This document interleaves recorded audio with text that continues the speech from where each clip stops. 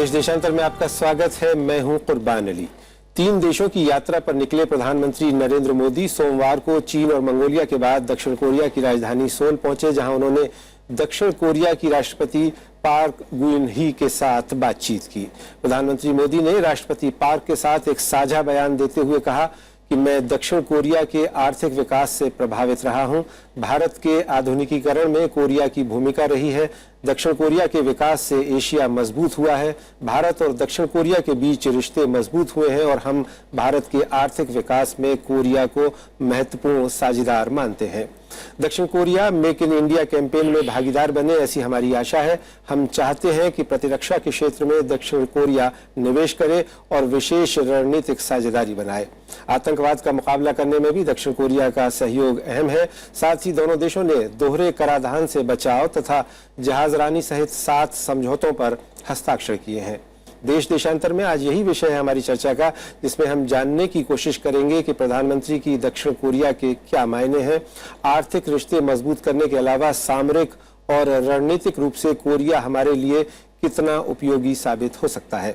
इस विषय पर बात करने के लिए हमारे साथ हैं दक्षिण कोरिया में भारत के राजदूत रहे सुधीर देवरे, पूर्व राजनयिक मीरा शंकर, सामरिक मामलों के जानकार आलोक बंसल, प्रतिरक्षा मामलों के विशेषज्ञ मेजर जनरल अफसर करीम, और साथ ही हमारे साथ सोल से जुड़ेंगे हमारे सहयोगी डॉक्टर अखिलेश सुमन। आप सभी का स्वागत है।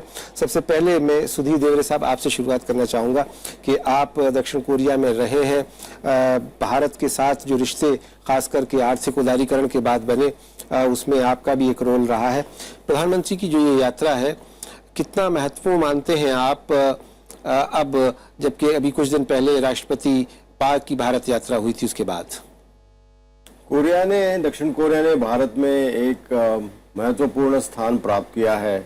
कोरियन कंपनीज पिछले 8-10 सालों से हमारे देश में एक हाउसहोल्ड नाम बन गए हैं और खासकर यह इंडस्ट्रियलाइजेशन हो, नई टेक्नोलॉजी हो, शिप बिल्डिंग हो, कार मैन्युफैक्चरिंग, इलेक्ट्रॉनिक्स, ऐसे कई क्षेत्र हैं जिसमें कोरिया ने बहुत तरक्की की है। कुछ हद तक वो पहले लाइसेंस के साथ की थी, बाहर के देशों के लाइसेंस के, मगर बाद में उन्होंने अपनी मेहनत से, अपना रिसर्च एंड डेवलपमेंट से मार्केट ढूंढते हुए बहुत एग्रेसिवली, यानी जो जापान नहीं कर पाया वो कोरिया कर पाया। और कई देशों में आज कोरियन इन्वेस्टमेंट जापान से भी बहुत ज्यादा है। तो खासकर ये जो वोकेशनल ट्रेनिंग हो और ऐसी जो ऐसे प्रोग्राम्स हैं, हमारे मेक इन इंडिया में कोरिया एक देश है कि वो बहुत बड़ा और अच्छे तरह से योगदान कर सकता है और कर भी रहा है। और जो उन्होंने किया वो हमें उससे कुछ चीजें सीखने लायक भी है। जी, मैं आता हूं आपके पास। इस वक्त सोल चलते हैं, जहां हमारे सहयोगी अखिलेश सुमन मौजूद है। अखिलेश जी, ये बताइए कि प्रधानमंत्री सुबह पहुंचे सोमवार को, वहां अब तक किन किन समझौतों पर, महत्वपूर्ण समझौतों पर हस्ताक्षर हुए हैं और क्या कार्यक्रम है प्रधानमंत्री का अगले 2 दिनों में?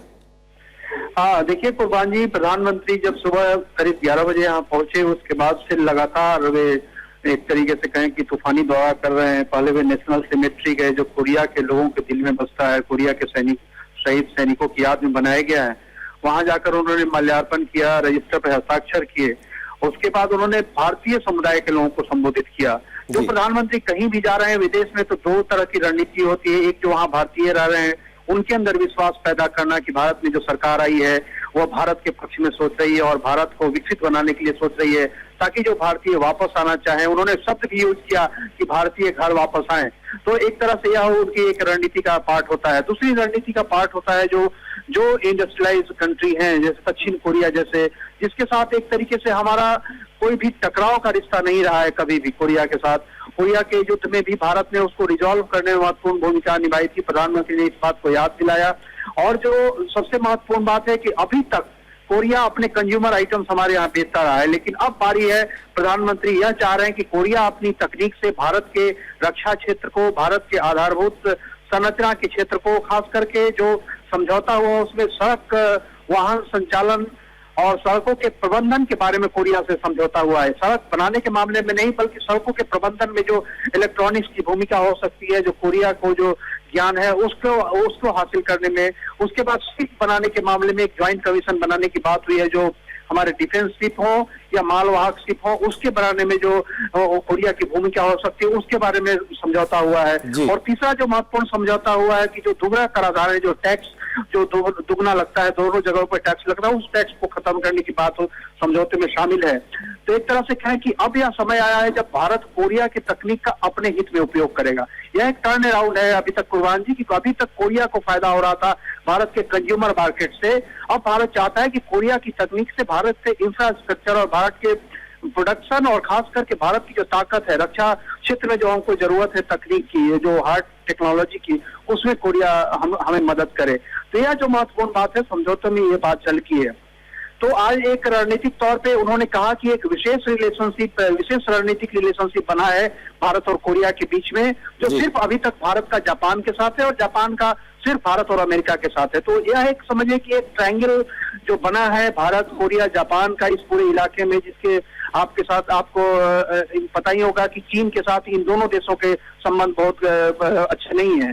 तो इस मामले में कहें कि एक रणनीतिक दबाव बनाने की कोशिश भारत की तरफ से हुई है चीन पर। लेकिन जो तीसरी जो सबसे महत्वपूर्ण बात है कि कल प्रधानमंत्री जो यहाँ के सीईओ हैं, कोरिया में जो कंपनियां काम करें, उनके सीईओ से मुलाकात करेंगे। एक सीईओ की समिट है और जिसमें कि वो सीईओ को यह बताने जा रहे हैं कि भारत कहां कहां उनको मदद करने की बात सोच रहा है, कि भारत अगर वो कंपनी निवेश करना चाहे, भारत में प्रोजेक्ट लगाना चाहे, तो उसके लिए एक स्पेशल चैनल वो खोलना चाहते हैं, कोरिया प्लस। उस कोरिया प्लस के माध्यम से ही सारे जो प्रोजेक्ट्स हैं वो पास हो गए सिंगल विंडो सिस्टम की तरफ से। जी, बहुत बहुत शुक्रिया अखिलेश जी इस जानकारी के लिए और हमारे साथ दक्षिण कोरिया की राजधानी सोल से सीधे जुड़ने के लिए। मीरा जी, अभी आपने सुना कि काफी समझौतों पर हस्ताक्षर हुए हैं और कल जो आर्थिक पक्ष है उसके सिलसिले में वहां के सीईओज के साथ में एक शिखर बैठक करने वाले हैं। तो क्या आपको लग रहा है कि किस दिशा में जा रहे हैं भारत कोरिया संबंध? अब जिस दिशा में जा रहे हैं वो तो बाद में पता चलेगा, क्योंकि नतीजा क्या निकलता है वो देखना है। पर कोशिश ये है कि आर्थिक बिंदु पर ये केंद्रित रही ये जो विजिट है।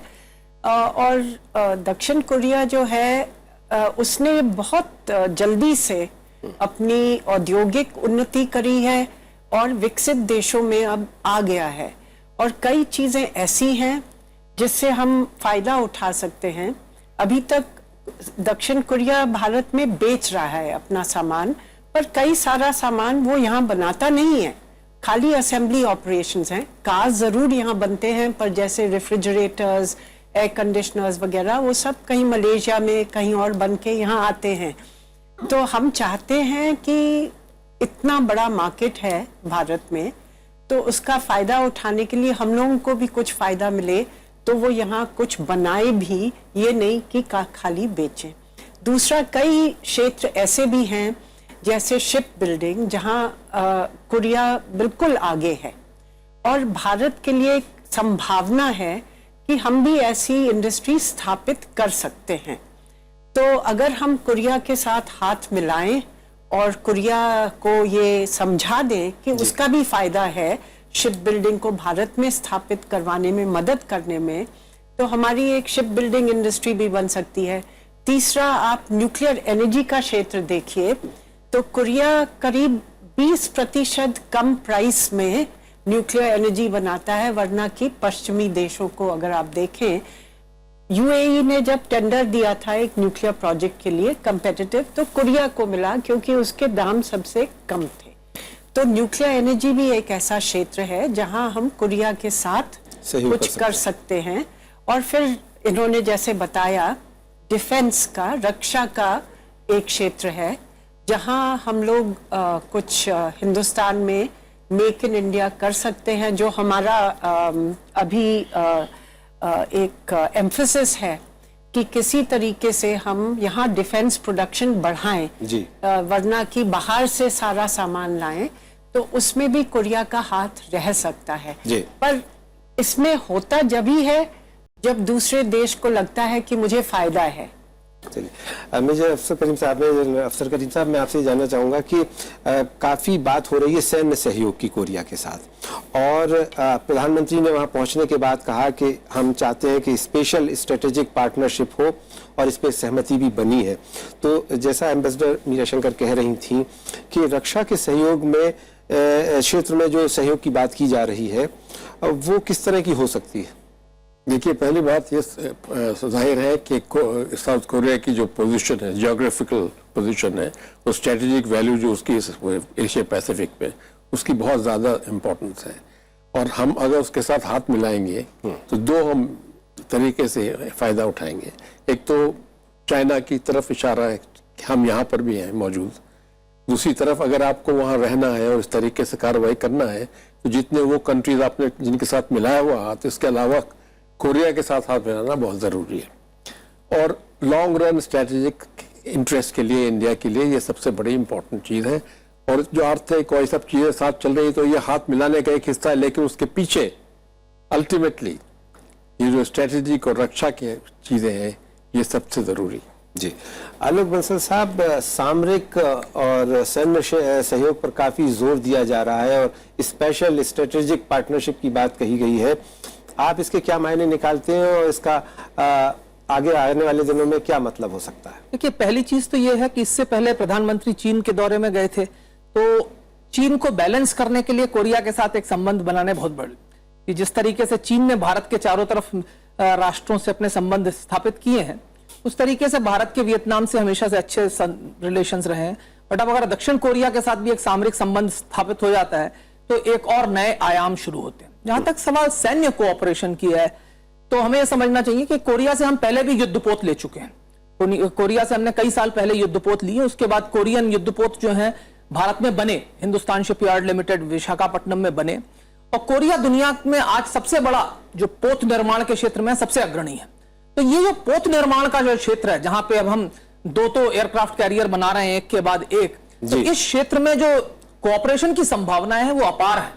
और हमारे यहाँ जो है, हमारे जो शिपयार्ड्स हैं वो अपने धीमी गति और इनएफिशिएंसीज के कारण कुख्यात हैं, और दूसरी तरफ कोरिया के शिपयार्ड्स हैं जो अपनी तेज गति और एफिशिएंसी के लिए जाने जाते हैं दुनिया में। तो अगर इनमें एक कोलैबोरेशन हो जाए तो हमारे जो युद्धपोत, जो आज भारतीय नौसेना करीब करीब अधिकांश अपने युद्धपोत भारत में ही बनाती है जी, तो इनका एक जो समन्वय अगर दोनों देशों के बीच में बैठ जाए तो भारत के जो शिपयार्ड्स हैं, जो मेक इन इंडिया का जो थ्रस्ट है इस वक्त, वो यहां पे हो सकता है और भारतीय नौसेना पूरी तरह से आत्मनिर्भर हो सकती है। जी, दूसरी चीज ये कही जा रही थी कि कई महत्वपूर्ण रक्षा समझौते हो सकते हैं, लेकिन आज जो 7 समझौतों पर हस्ताक्षर हुए हैं उनमें कोई बड़ा रक्षा सौदा नहीं है। इसकी क्या वजह आप मानते हैं? देखिए, कुछ ऐसा सुनने में आ रहा था कि कुछ माइन स्वीपर्स के बारे में बात हो रही है, पर हो सकता है अभी आगे पूरा दौरा कंक्लूड नहीं हुआ, इसलिए कुछ कहना मेरे ख्याल से प्रीमैच्योर होगा। पर मेरे ख्याल से अब भारत का जो एम्फेसिस है वो किसी से भी कुछ चीज खरीदने का नहीं है। एक राफेल डील को आप छोड़ दीजिए, वो अलग कैटेगरी में आती थी। अब भारत का फोकस ये है कि किसी भी राष्ट्र को भारत में लाकर बनाने के लिए प्रेरित किया जाए, और इस छोर में आई थिंक दक्षिण कोरिया के साथ जो सहयोग होगा हमारा युद्धपोत निर्माण में, हम सबमरीन बना रहे हैं, एयरक्राफ्ट कैरियर्स का वो चल रहा है, और एक दूसरा महत्वपूर्ण क्षेत्र है परमाणु ऊर्जा का क्षेत्र, जिसमें ऑफ कोर्स पहले भी कोलैबोरेशन की बात हो रही है और होती रही है। और मेक इन इंडिया के लिए, भारत के लिए कोरिया एक बहुत महत्वपूर्ण राष्ट्र है, क्योंकि जहां तक सवाल हाउस होल्ड और व्हाइट गुड्स इंडस्ट्री का है, कोरियन ब्रांड्स जो है भारत में ऑलरेडी स्थापित है। तो जैसा कि मीरा शंकर जी ने कहा कि उनमें से अधिकतर प्लांट्स जो है सिर्फ असेंबली कर रहे हैं। भारत चाहेगा कि अगर मेक इन इंडिया होना है तो यहां पे वो पूरा निर्माण करें, जिससे कि वो तकनीक भारत के अंदर आए और जिसको बाद में अन्य जो हमारे उद्योग हैं उसको एक्वायर कर सकें और इम्बाइब कर सकें। जी, सुधीर देवधर साहब, ये बात तो हुई आर्थिक सैन्य सहयोग की, सामरिक दृष्टि से कितना महत्वपूर्ण है, और एक बैलेंसिंग एक्ट भी चीन के साथ करने के लिए और एक अपनी उपस्थिति इस क्षेत्र में दर्ज कराने के लिए। लेकिन अगर हम इस क्षेत्र में सहयोग की बात करें और जिस आर्थिक सहयोग की बात की जा रही थी कि ये सहयोग हम बढ़ा रहे हैं, लगातार 91 से बढ़ रहा है, और जो प्रधानमंत्री मनमोहन सिंह की यात्रा हुई और उसके बाद वहां की राष्ट्रपति की यात्रा हुई वो और बढ़ा। अब उम्मीदें ये की जा रही हैं कि ये 4-5 बिलियन तक हो सकता है। क्या ऐसा संभव है? नहीं, देखिए, हमारा अभी जो ट्रेड है वो करीब 17-18 बिलियन डॉलर का है, काफी बड़ा है। कोरिया की जो इन्वेस्टमेंट इंडिया में अभी तक हुई है करीब 3-3.5 बिलियन डॉलर्स है, हमारी भी हुई है जी। टाटाज ने वगैरह फार्मा कंपनीज ने भी वहाँ इन्वेस्टमेंट की है। तो ये इन्वेस्टमेंट के फील्ड में तो काफ़ी स्कोप है, ट्रेड में भी है। और जब तक हम सिर्फ वहाँ से खरीदेंगे नहीं, जब तक हम यहाँ बनाना भी शुरू करेंगे, तब हमारी जो इकोनॉमिक रिलेशनशिप है वो सस्टेनेबल, वो इंड्योरिंग होगी। और उसके लिए काफी पहले से भी मॉडल्स हैं।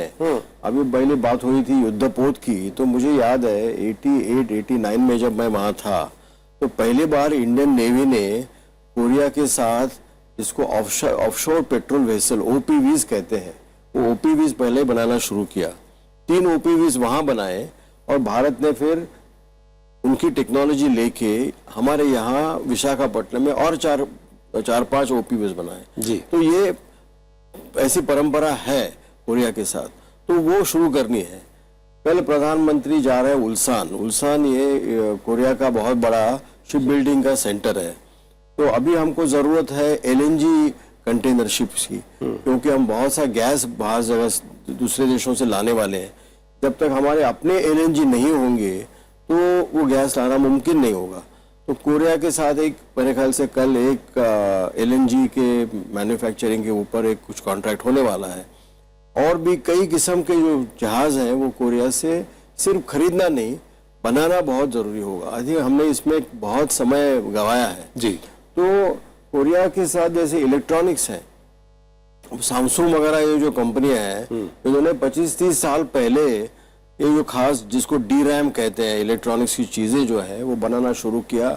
और हमने तो करीब इलेक्ट्रॉनिक्स का तो पूरा इम्पोर्ट ही शुरू किया, हम कुछ बनाते ही नहीं है। और हिंदुस्तान के लिए बहुत बड़ा नुकसान है। तो ये तो हमको अभी कोरिया और जैसे देश है, और भी दूसरे साउथ ईस्ट एशिया में, आसियान में भी देश हैं, उनके साथ ये इंसिस्ट करना होगा कि हमारा जब बिजनेस आपके साथ होगा तो हम हमारे यहाँ बनाएंगे, आपके साथ मिला के जॉइंट वेंचर बनाएंगे। अब सैमसंग के साथ, LG के साथ वो करना बहुत आवश्यक है। ठीक है मीरा जी, मैं आपसे ये जानना चाहूँगा कि अंतर्राष्ट्रीय कूटनीति के नज़रिए से अगर देखें तो प्रधानमंत्री की ये यात्रा न सिर्फ दक्षिण कोरिया बल्कि चीन और मंगोलिया के संदर्भ में भी कितनी महत्वपूर्ण है, क्योंकि अभी बात की जाती थी लुक ईस्ट की, अब प्रधानमंत्री कह रहे हैं एक्ट ईस्ट। तो इस एक्ट ईस्ट से उनकी क्या मुराद है, क्या मतलब है? मतलब एक्ट ईस्ट से उनका ये मायने है कि बातचीत के से आगे बढ़ाना है मामला, कुछ ठोस कार्रवाई बढ़ानी है और संबंध को और प्रैक्टिकल ढंग से आगे ले जाना है। मतलब कि बिजनेस बढ़े, आर्थिक संबंध बढ़े, सुरक्षा के संबंध बढ़े, तो कई क्षेत्र में वो आगे बढ़ाने का ये मामला है। एक जो आप कह रहे थे देवरेज जी, वो ये है कि हमारा जो व्यापार है साउथ कोरिया के साथ वो संतुलित नहीं है, हमारे खिलाफ है संतुलन।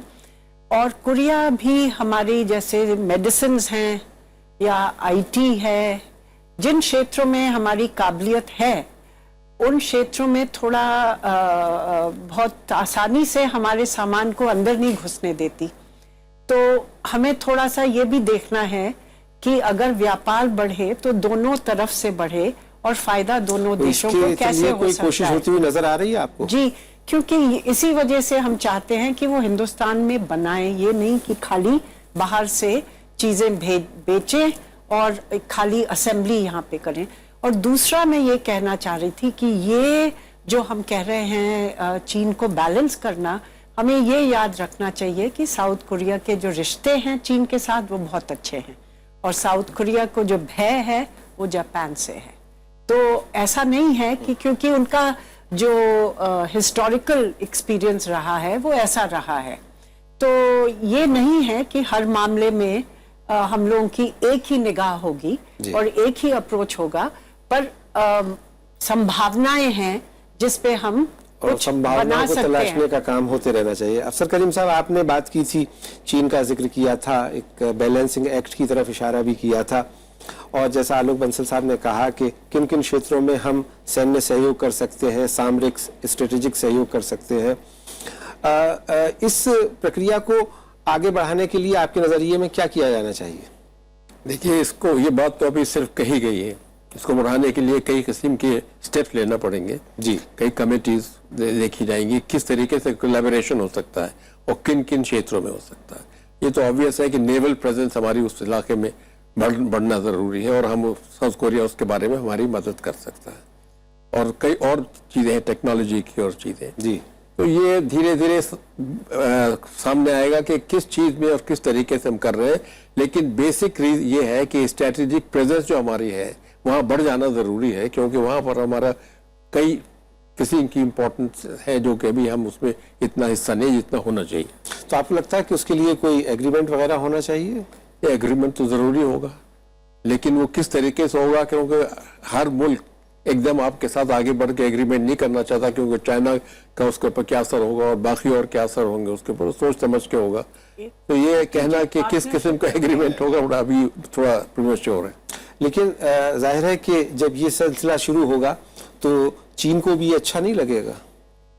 नहीं, चीन आप एक प्रेशर पॉइंट बना रहे हैं, एक किस्म का स्ट्रेटेजिक प्रेशर पॉइंट बना रहे हैं एशिया पैसिफिक को। उसके नतीजे कुछ अच्छे हैं, कुछ खराब भी हो सकते हैं, क्योंकि चाइना जो है दूसरी तरफ आपको प्रेशर पॉइंट अपने इलाकों में यहाँ पर है, तो वो बैलेंस करना पड़ेगा किस तरीके से आप कितना असर डालना चाहते हैं और उसको क्या मैसेज भेजना चाहते हैं जी। आलोक बंसल साहब, आप क्या कहना चाहेंगे? देखिए, ऐसा है कि पहली चीज तो ये समझ लेना चाहिए कि दक्षिण कोरिया अमेरिका का एक सैन्य सहयोगी है, और कोई बात हो या ना हो। चीन में भारत की यात्रा से पश्चिमी देशों में कुछ चिंताएं आवश्यक थी, क्योंकि कुछ ऐसी स्टेटमेंट्स दी गई चीन की तरफ से विशेषकर जो कि पश्चिमी देशों को थोड़ा चिंतित कर सकती थी। कोरिया जाके ये साफ होता है कि हम पश्चिमी देशों के एक एलाई के यहाँ गए हैं जी। दूसरी चीज ये है कि जिस तरीके से चाइना पाकिस्तान इकोनॉमिक कॉरिडोर और ये सब कुछ चल रहा है, ये भारत के लिए भी महत्वपूर्ण है कि वो वियतनाम, कोरिया ऐसे राष्ट्रों के साथ निकटतम सहयोग स्थापित करे, और वही हम करने की कोशिश कर रहे हैं। दक्षिण कोरिया एक उन्नत राष्ट्र है और प्रगति के पथ पर अग्रसर है। सबसे बड़ी जो चीज है भारत के सामरिक सहयोग के दृष्टिकोण से, वो ये है कि भारत के जो युद्धपोत हैं अगर कोरियन बंदरगाहों में बिना किसी रोक टोक के आ जा सके, क्योंकि भारत ने हिंद महासागर क्षेत्र में कई राष्ट्रों के साथ इस तरीके के समझौते किए हैं जिससे कि भारतीय युद्धपोत उन बंदरगाहों में जा सकते हैं निर्बाध रूप से। अगर इस तरीके का एक एग्रीमेंट कोरिया के साथ हो जाता है तो भारतीय नौसेना को कोरियन बंदरगाहों से ऑपरेट करने की एक क्षमता मिल जाएगी, एक फ्रीडम मिल जाएगी। ये एक प्रेशर पॉइंट बहुत बड़ा बन सकता है अगर जरूरत पड़े तो चूंकि पश्चिमी देशों की तरफ से कई बार कोशिश होती रहती है कि भारत, जापान, ऑस्ट्रेलिया, यूएस एक जॉइंट एक्सरसाइज हो, मैरीटाइम एक्सरसाइज हो समुद्री बेड़े की, तो उसमें कोरियन एंगल और जुड़ जाता है। ये एक महत्वपूर्ण चीज है। पर जहां तक मेरा विश्वास है, जो सबसे महत्वपूर्ण मुद्दा है वो नौसैनिक क्षेत्र में ही रहेगा सहयोग का, और जहां तक पोत निर्माण का क्षेत्र है उसमें मेरे ख्याल से कुछ ना कुछ एग्रीमेंट आजकल के अंदर आना चाहिए, जिसमें हमारे जो शिपयार्ड्स हैं उनके साथ उनकी कोई एग्रीमेंट जी। हमने आज भी कहा है, मुझे याद है थी, मैंने सुना कि फ्री नेविगेशन जो है वो पैसिफिक, वेस्टर्न पैसिफिक में, इसके बारे में हमने प्रेसिडेंट ओबामा के विजिट में जॉइंट स्टेटमेंट में भी कहा कि साउथ चाइना सी में फ्री नेविगेशन होना चाहिए। तो हम तो पूरा एक्सटेंड करते हैं वेस्टर्न पैसिफिक को, क्योंकि आजकल चीन और जापान में भी काफी झगड़ा है इसमें, और कभी कभी साउथ कोरिया भी उसी में आ जाता है जी। तो हम लोगों के लिए चाहिए कि हमारा प्रेजेंट अगर वेस्टर्न पैसिफिक में अगर होना है तो ये free navigation, following of international law, इसके बारे में ये सब उसमें चीज आनी पड़ेगी। मुझे जैसे कहा कि हमको ये नहीं सोचना चाहिए कि पूरा ऐसा कोई अलायंस वहाँ बना रहे हैं हम, क्योंकि कोरिया का अमेरिका से बहुत नजदीक का रिश्ता है, अलायंस है वो। चीन का और कोरिया का भी इतना गहरा संबंध है आजकल, पिछले 20 सालों में बढ़ गया है, उसका हम मुकाबला भी करना मुश्किल है। मगर पिछले 10-15 सालों में ये आसियान के साथ हम कई इंस्टीट्यूशंस के साथ जुटे हैं, उसमें कोरिया भी है। जैसे ईस्ट एशिया समिट कहते हैं, उसमें कोरिया मेंबर है। आजकल हम निगोशिएट कर रहे हैं what is known as the regional comprehensive economic partnership agreement जी। तो उसमें भी कोरिया और भारत साथ काम कर रहे हैं। मगर इतना आसान नहीं है, क्योंकि आसियान के ये जो 3 देश हैं नॉर्थ ईस्ट एशिया के, जापान, कोरिया और चाइना, इनके साथ संबंध इतने गहरे हो गए हैं कि वो ASEAN +3 रिलेशनशिप जो है जी, उससे हटाना जी, और हमें उसमें काफी अंदर घुसना इतना आसान नहीं है। मीरा जी, बहुत संक्षेप में, मेरे पास वक्त की थोड़ी कमी है, कि इस यात्रा को प्रधानमंत्री की जो चीन, मंगोलिया और कोरिया की हुई है, विदेश नीति के रूप में आप इसे किस दिशा में देखती हैं? एक तो ये देखती हूँ कि चीन हमारा एक बहुत बड़ा नेबर है, एक उभरती शक्ति भी है। उसके साथ रिश्ते जो हमारे हैं काफ़ी कॉम्प्लेक्स हैं, मतलब कंपेटिटिव एलिमेंट्स भी हैं, कोऑपरेटिव एलिमेंट्स भी हैं। तो ये कोशिश है कि किस तरीके से हम इस रिश्ते को स्टेबलाइज करें, और दूसरा शांति बनी रहे, और तीसरा जो चीन की जो आर्थिक शक्ति उभरती आ रही है उससे भारत को कैसे फायदा हो। दूसरा, भारत मंगोलिया और साउथ कोरिया के साथ ये भी दिखाना चाहता है कि इस क्षेत्र में भी हम हैं, ऐसा नहीं कि हमारा प्रेजेंस नहीं है जी, और आर्थिक तौर से भी हैं और सामरिक तौर से भी हैं। बहुत बहुत शुक्रिया मीरा शंकर जी, सुधीर देवरे जी, मेजर जनरल अफसर करीम साहब और आलोक बंसल साहब इस चर्चा में शामिल होने के लिए। तो उम्मीद की जानी चाहिए कि प्रधानमंत्री नरेंद्र मोदी की इस यात्रा से, खासकर दक्षिण कोरिया की यात्रा से, भारत कोरिया संबंधों में, खासकर आर्थिक संबंधों में एक नया आयाम जुड़ेगा। मेरे साथ इतना ही, नमस्कार।